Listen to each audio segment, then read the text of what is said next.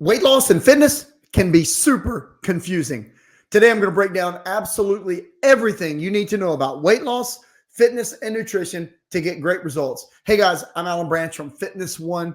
Welcome to our channel. We appreciate you stopping by. So look, I know how difficult it can be to lose weight, especially with all of the conflicting advice that you see all over the internet. Everyone has a different program.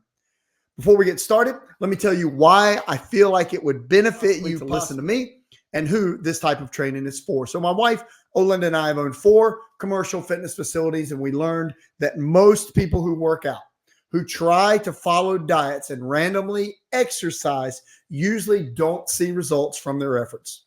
So over time, we created an easy to follow way that we're going to share with you to put into place that has changed the lives of thousands of people. So for the last 5 years, we sold those facilities. We've been training people worldwide online. We've seen some pretty amazing results, and we've been able to do that to not only help those people reach those goals, but also to keep that weight off, which is huge. So how do we do it? We do it with simple, very simple, easy to follow instructions that save you time and still get great results. So who is this training for exactly? This is primarily for people who are frustrated with weight loss. They've gained or lost the same 5 to 20 pounds, and they may like to tone up, but they don't have 2 hours a day to put in the gym or the money to invest into a full-time trainer or having a nutritionist on hand. Let's get to it. First, why is fitness and weight loss so confusing?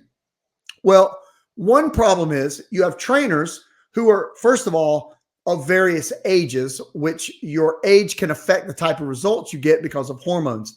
These people are just simply getting results because of their age. And all of us over 40 know that it isn't that simple anymore after age 40.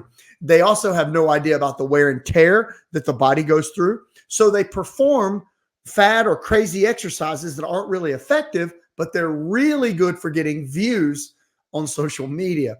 Also, many fitness influencers are outliers just because of genetics. So they just have superior genetics, so they look a certain way. We call that aesthetics. Their body represents what we perceive to be fitness.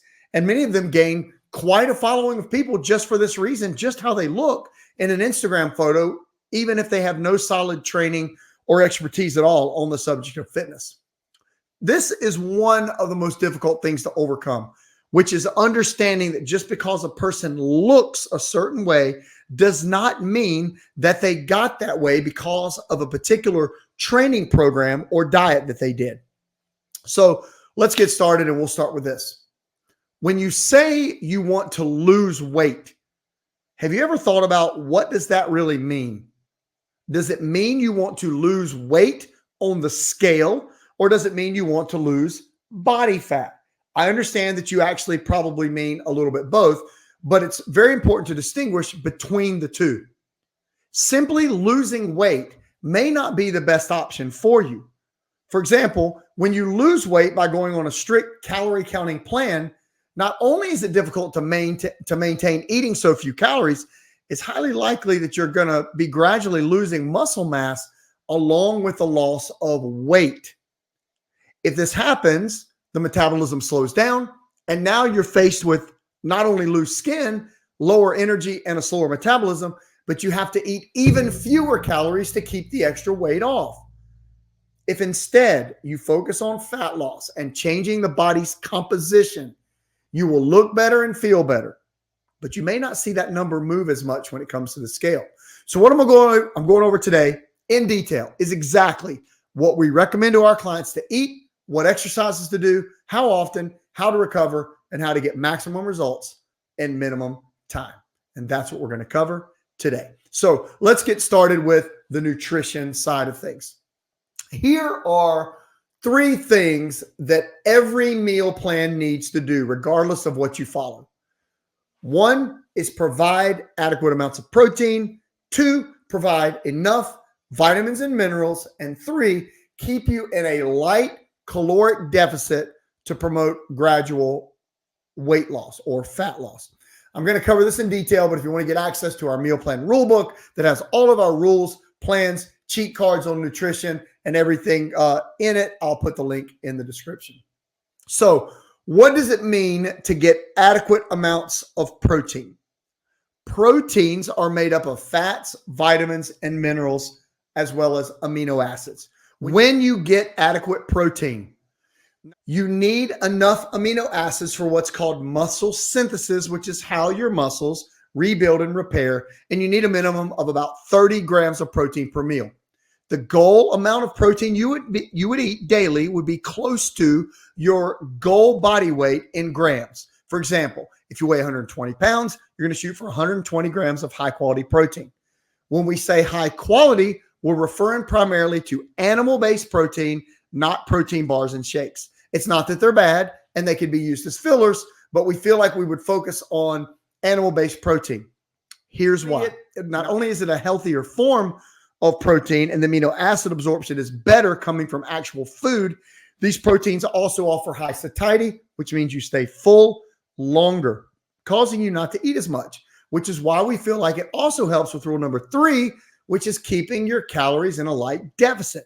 So rule 1, adequate protein. That's what your meal plan should do. Number 2, it should provide you with enough vitamins and minerals. So aside from your protein, you can eat pretty much all of the vegetables that you want because it's very, very difficult to overeat vegetables. If you focus your meals on about 30 grams of protein or more, if you're still hungry, of animal-based protein, and then you complement that with all the vegetables you want, you really can't go wrong when it comes to a meal plan. When it comes to rule number 3, if you're going to eat foods that are going to help you stay in a caloric deficit, all we're going to do is remove all these hyper-palatable foods, processed sugars, and other processed foods out of your diet. Why? It's very simple.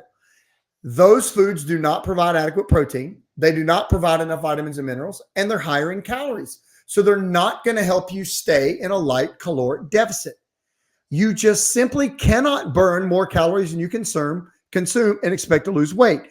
And I know some people push back on this, but in an elementary form, it's a simple equation.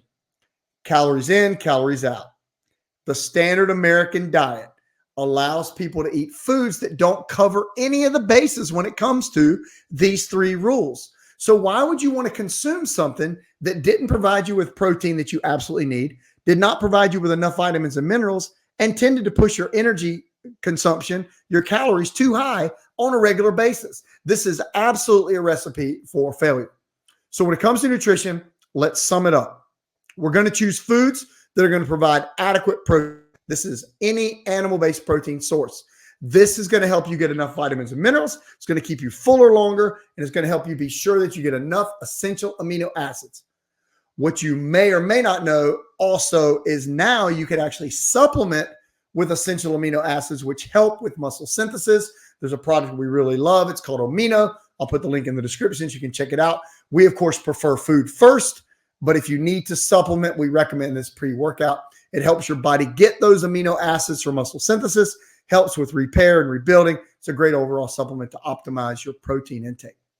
Rule number 2, when it comes to food like vegetables, they're going to be higher in vitamins and minerals, also in fiber, and it's very, very difficult to overeat them. So they're on the plan because they provide vitamins and minerals, but they are lower in calories. They don't provide protein, so they don't meet the requirements for all 3 rules, but they do meet them for at least 2. And rule number 3, you must consume foods that keep you in a light calorie deficit to promote weight loss. Protein does this. Vegetables does this. Processed foods, sugars, and other products that are not actual food will not assist you with these rules. That's why we leave them out. So key points to remember. If you're shooting, you are shooting for up to 1 gram of protein per pound of goal body weight each day. After you eat your protein, which is a minimum of 30 grams per meal, you backfill with all the vegetables that you like. You're going to be fuller, longer. You're going to be able to eat less, and you're going to consume less calories. It's the perfect recipe for nutrition. So no matter what your meal plan is, if you're on any decent plan, Mediterranean or any of the healthier diets, you can still follow these rules. It'll help keep your meal plan going. It'll help you stay on track no matter where you are eating. Pretty much anywhere in the world, you can follow those 3 rules. So guys, that 30 grams of protein is about 4 to 6 ounces of any animal-based protein is going to be in that 30 to 40 gram range. If you're following these rules, you don't have to track calories. You don't have to track carbs. You just look at your protein, you backfill with vegetables, and it's a simple, sustainable way to keep your weight loss going and follow a sustainable plan. Again, if you want to see our meal plan in detail, I'll put the link in the description. I want you to imagine two different people are working out on a Friday afternoon. One of them is attending like a HIIT class or a boot camp, or they're doing some type of cardio session, and they are really busting it out. Their heart rate is up. They're checking their little watch to see where their heart rate is. They're breathing heavy, sweat's pouring off, and they're really putting in the work with the goal to wrap up a really good workout week. The day before that, Thursday, they attended a different type of class, did the same thing, really trying to set a personal record, see how many calories they can burn this week. How long can I keep my heart rate up? Let's say that was a 45-minute class the day before that. On Wednesday, they went for a jog, warmed up good, about 10 minutes, make sure you don't pull anything. Then they go out for a run. And let's say they hit a couple miles of jogging, maybe 45 minutes, or even just a fast walking. So they're putting that work in. The day before that, on Tuesday, they were back at a different HIIT class at the gym, again, doing HIIT or a boot camp, or they're hitting a treadmill, putting in another 45 minutes. Again, checking the watch, make sure the heart rate's up. If you've ever done that, make sure my heart rate's elevated. Got to make sure I'm in the zone. And day before that, they did the same thing. So on Friday, they're a little sore. Knees are aching. I've been feeling that since the first day, Monday, but then after that run on Tuesday or Wednesday, the joints were really stiff. Shin splints were maybe flaring up just a little bit, maybe a little bit of tightness in the low back. It's Friday. Now I'm really looking forward to the weekend because I need to recover from this brutal workout that I've done all throughout this week. So if you look at the 45 minutes minimum for each workout class, and then say 15 minutes drive and over, now you're hour and 15 minutes. And generally a little bit of warm-up time, so another 10 to 15 minutes. So just count it as an hour and a half of time. They're really working on this fitness thing. They're putting in the work because fitness, health is a goal, really want to lose some weight. But they're a little stressed because they have to take so much time from their family. Body's taking a real beating, but really want to focus on health. So they got to make some exceptions here and there at home just to be able to get this time in, driving back and forth to the gym or putting in the work. Now, the other person is about to start their strength training workout that they do each day. It's 12 to 20 minutes. It covers the entire body.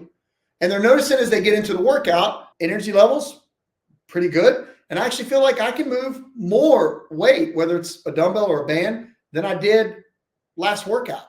And they're going through these strength movements and they're reaching failure on each one and feeling really good. And afterwards, breathing is heavy, muscles are fatigued. They know they've been in a workout, but it only took a few minutes. And this is the way they've been training for the last couple months. They've lost more weight. They're looking better. They don't have as much sagging skin. They don't have the joint pain. They can feel themselves getting stronger every week, and their body composition continues to improve in about 12 to 20 minutes a day. So these scenarios are showing us how fitness is changing. So people want to work out, and they want the latter approach because they want full body fitness, be stronger, want to be better. They want all the benefits that come with that. But what they don't want are the negatives that occur with the first type of training.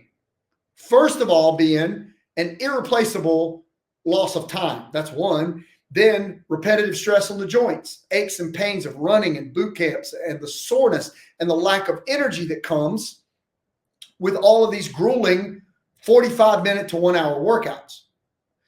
So you could see results from this for sure, but you're putting in a ton of time and your body is starting to pay for it. So the question is, what if you can get the cardiovascular work, calorie burn, stamina, and the strength work to build your muscle and your metabolism, and it's 12 to 20 minutes a day? And we know that we can, maybe sometimes less. So let's talk about it.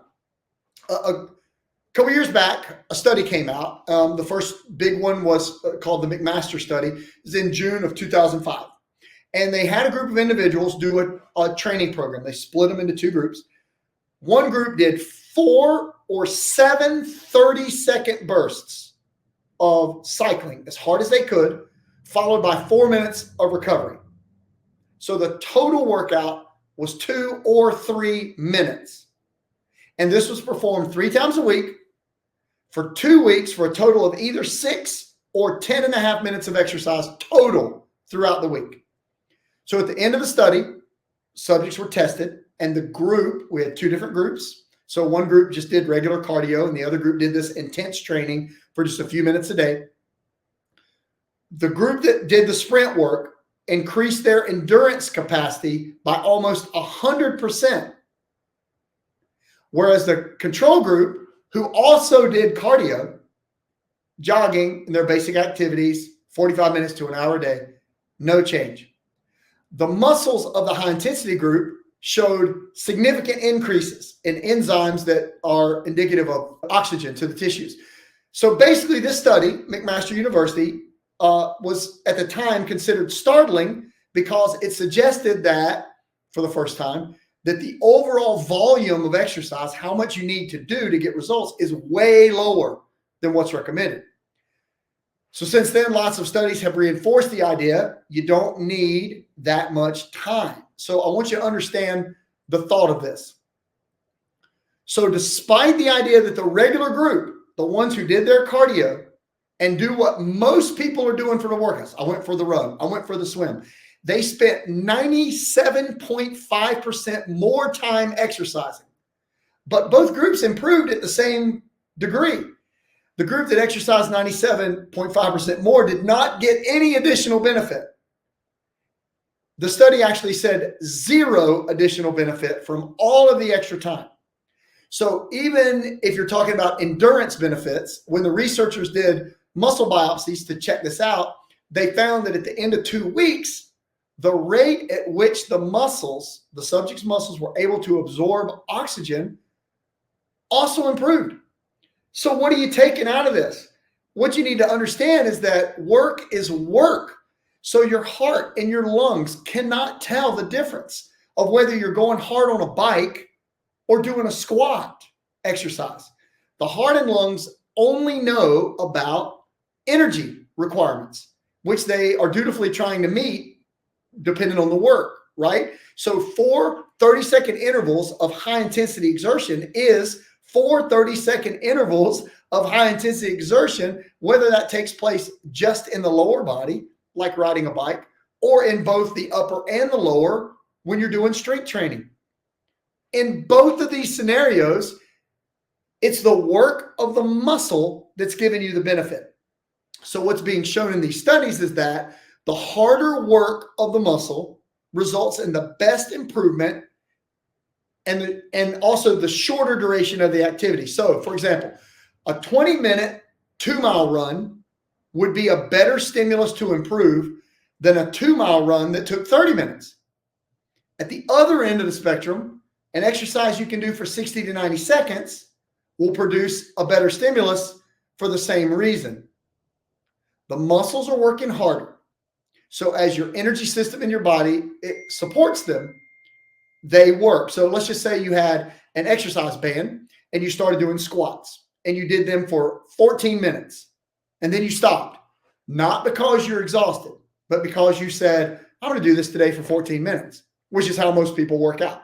They just throw out an arbitrary number of time or reps, and then that's what they do.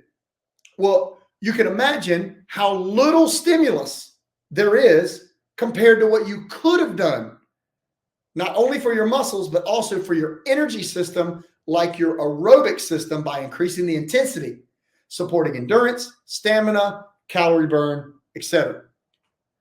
So if the intensity of exercise is too low, there isn't a stimulus, whether it's cardio or strength. On the other hand, if the intensity is too high in an activity such as running, you do increase the stimulus to adapt. but you also dramatically increase the chance of doing damage to your body, which undermines health. So here's the summary. What gives you the benefit, the stimulus to which your body is going to adapt to, is an aggressive recruitment and weakening of muscles, fibers.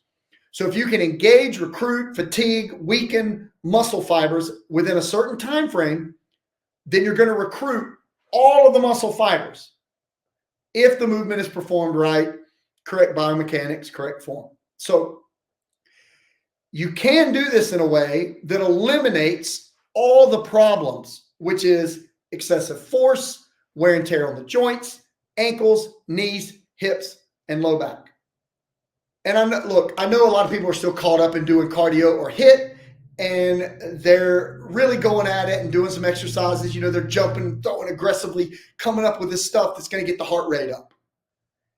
When we can accomplish the exact same thing with slow, controlled, focused strength training, while we lower the risk of injury dramatically from working out. So here's what we suggest. If work is work, and that means that no matter what I do, if I'm swimming, I'm using my muscles. If I'm lifting weights or bands, I'm using my muscles. One of them is in a manner that is repetitive and puts excess stress on the joints. And while you can benefit from that, the wear and tear on the body, along with the time that you can't get back, that's going to take to get the same benefit, has to be considered. So it's going to take a lot more time, and I can get a benefit, but I'm also going to wear out my body long term. And look, I'm headed close to 60, and most people's joints are already wearing out. It's going to happen.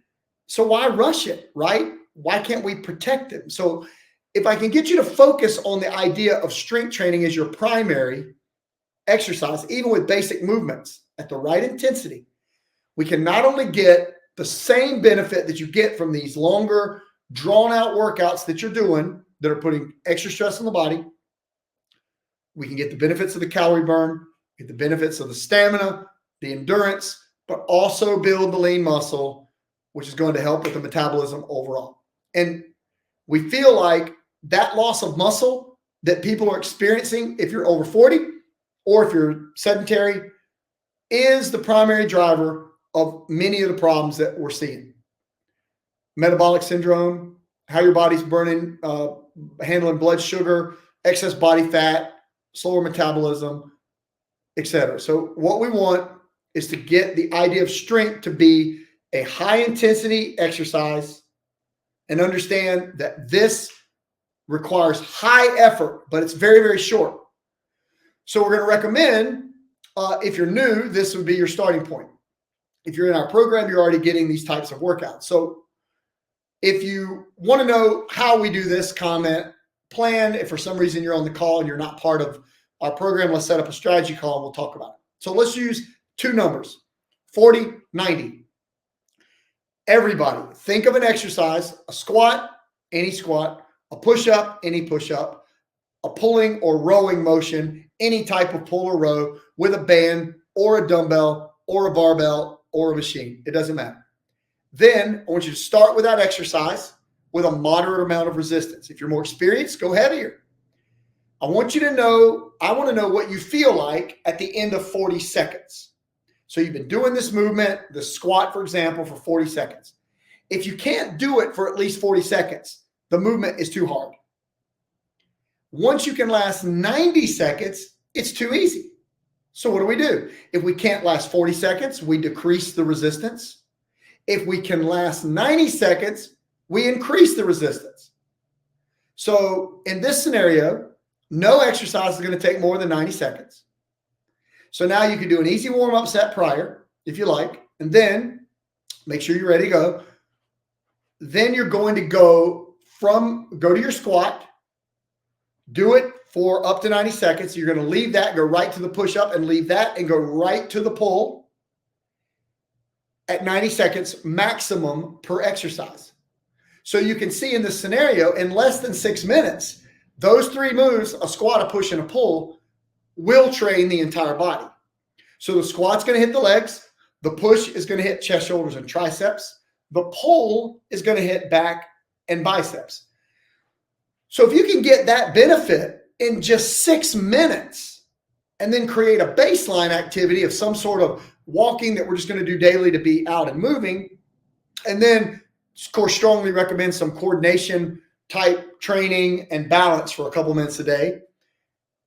Why would we risk the damage that occurs to the body through excess exercise that burns up all of our time, wears out the joints, and isn't an efficient way to build a better metabolism? So these are the things I really want to get across to you today. And when it comes to exercise, I want you to really think that through. If you're brand new and you're just starting out, you're deconditioned, think about a basic squat, a basic push-up, and a basic pulling motion. And then do each one for 90 seconds. If you're more advanced, you're a member of a gym, whatever, you increase the resistance, go to a machine, sit down, you do a pull, leg press, chest press, whatever order you want, doesn't matter. You only have to last 90 seconds. So choose a moderate weight. If you get to 90 seconds, it's too light. Increase the weight until you can get to at least 40 seconds. And that's all you really need to know to get started building some strength. See, it doesn't have to be so complicated. As you get more advanced, we go a little more in depth. We go from 3 exercises to 5 and then to 7. And then we mix those up in the right order. So if you don't believe this is tough, challenge, try it, choose a moderate weight, choose a weight you would normally use, and then just slow it down to a couple of seconds up, couple seconds down on each movement, no pausing, try to last 90 seconds. And then try to go from exercise to exercise and get the leg, the push, and the pull. And it's really going to benefit you. You're going to feel the heart rate is up, except way more than you probably realize. You're going to find your heart elevated. You're going to be out of breath, and you're going to feel your muscles are nice and tight. And that's what I want to get across today from the strength training side of things, guys, to really understand that it's about the intensity, the high intensity effort during a strength exercise for a very short period of time.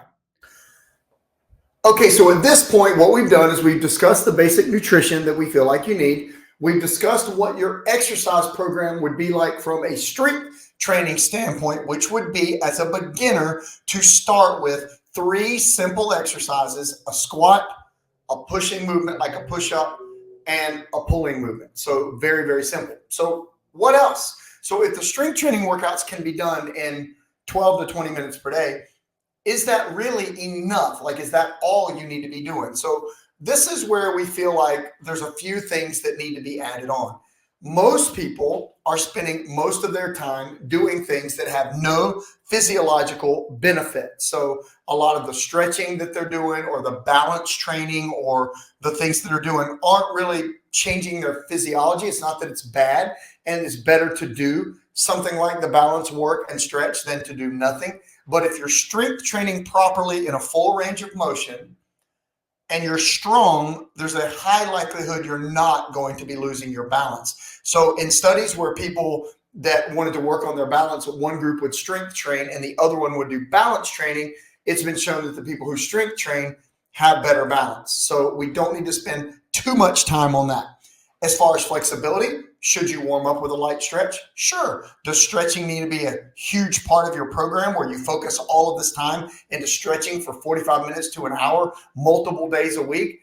We don't feel like that's as beneficial. If you've just got the extra time and you want to do a light stretch, okay. But make sure that the strength training and getting your nutrition right comes first. Now, what else do you do? Well, we like to recommend walking as what we call a baseline. So you hear the numbers about how many steps or how many miles that somebody does per day. That's great. Here's why we think it's good.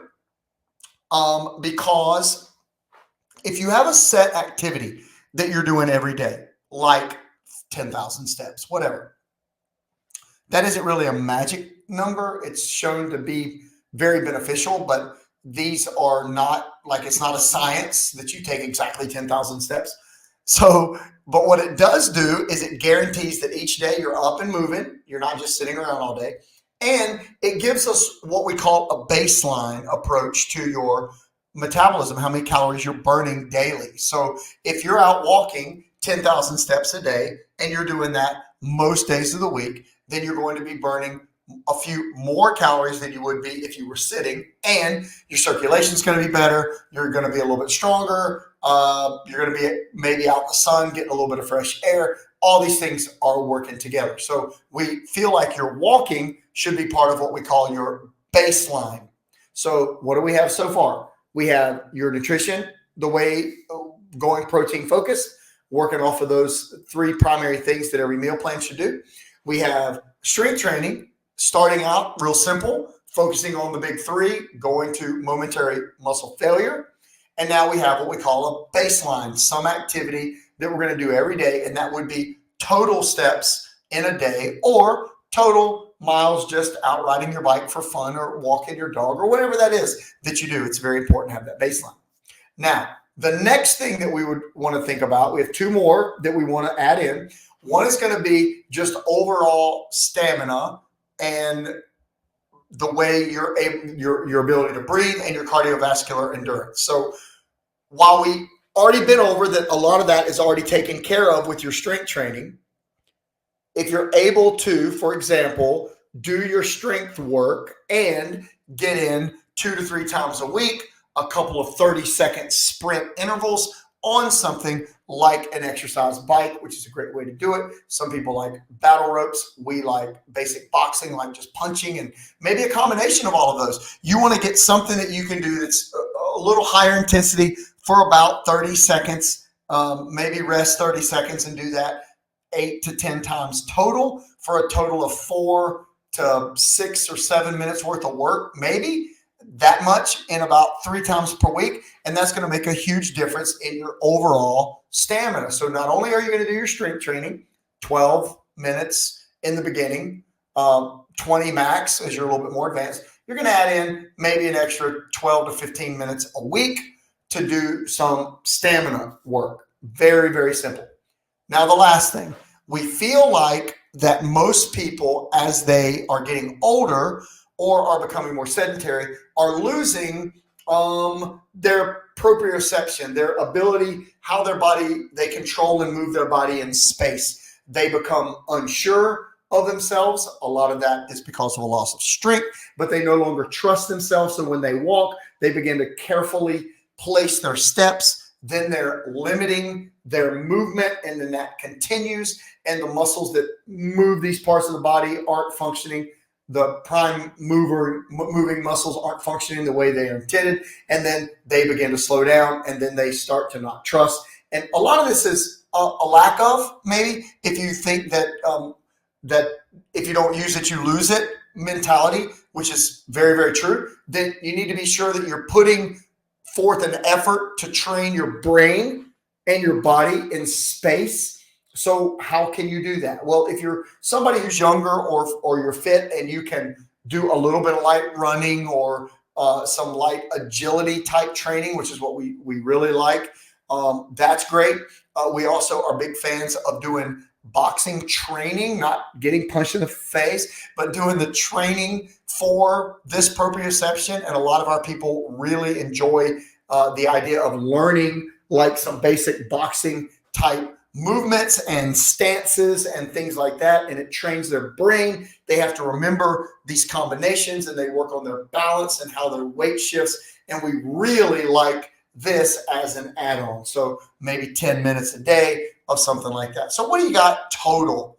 So the maximum amount of time that you would ever spend, maybe 30 or 40 minutes, a couple days a week for a complete training program. Less than that if you're a beginner, because your strength workout's only going to take about 6 minutes. So if you added in maybe 6 minutes of intervals 3 times a week, I mean, guys, you're talking less than an hour and a half, an entire week of training time. So as you get a little more advanced, can you do a little more? Sure. But we want to make sure that our focus is on these things that are causing direct benefit. Here's where we think a lot of people go a different direction. So many of the things that people do for exercise are not causing a physiological change. So why are you doing it? To burn calories? Okay, well, the math's you're never going to win. You're never going to burn enough calories doing these activities unless you're Michael Phelps and you're able to burn 12,000 calories swimming in a cold pool all day.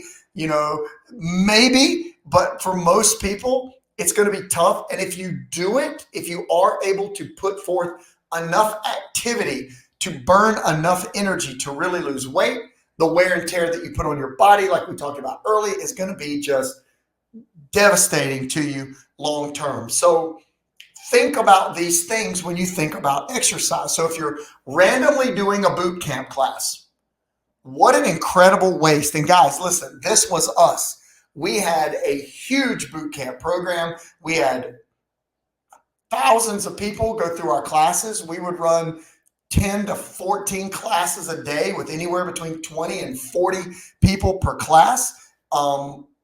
It was huge. And now I look back and I'm like, oh my gosh, what was I doing? Like, what was I thinking? Like, I didn't realize when we were younger and doing these things that this type of exercise, while there is some benefit there for sure, had a lot of long-term effects on injuries. And we did notice at that time when I pulled people out of that and put them on strength-based programs, protein-focused diets, and a little bit of short intervals, we got better results in a couple of weeks than people would get in 6 months. And I actually had a client lose 26 pounds in 16 workouts spread out over about 5 weeks. And it was incredible without any additional cardio, doing strength training and following this meal plan. So guys, we know it works. The thing is going to be to really help make yourself understand this idea of what about exercise actually is improving my physiology and making me actually build more muscle, strengthen me, and build my lungs without the wear and tear on the body. And that's what we're going to think about. So here's what we've covered in this video. So far, we have made sure that you understand the nutrition side of this, what we think is the most beneficial part of exercise, what a baseline is, which is a minimal amount that you do every day. We want you to understand that you need to work on your stamina, your lung power, and you can do that with just a few short little intervals a week. And then what we call your coordination or proprioception is how you control your body in space. And you can do that with either basic agility stuff, which we can be glad to help you with, or some boxing type of training. If this is the kind of thing, if you want results and you understand this type of thinking, you're going to be able to get some great results, guys, and protect that body long term. And look, we'd love to help you. If you'd like some information, there's lots of different ways to contact us down in the description. You can learn about the type of bands that we use. You can schedule a strategy session with us one-on-one so we can talk about it. You can join our free Facebook group. We have lots of different ways you can work with us. If you're picking up what we're putting down and you're following this line of thinking, I'd strongly recommend a free strategy call just to let us point you in the right direction so that you know what path to go on. So guys, thanks for watching today. I appreciate you stopping by the channel. Again, I'm Alan Branch from Fitness One. We appreciate you. We're here to help. Just comment below if you have any questions. And look, if you like this content, please subscribe to our channel. And again, comment down below so other people will see this and YouTube will understand that it's something people need to see and they'll show it to more people. We'd appreciate it. Have a blessed day. See you next time.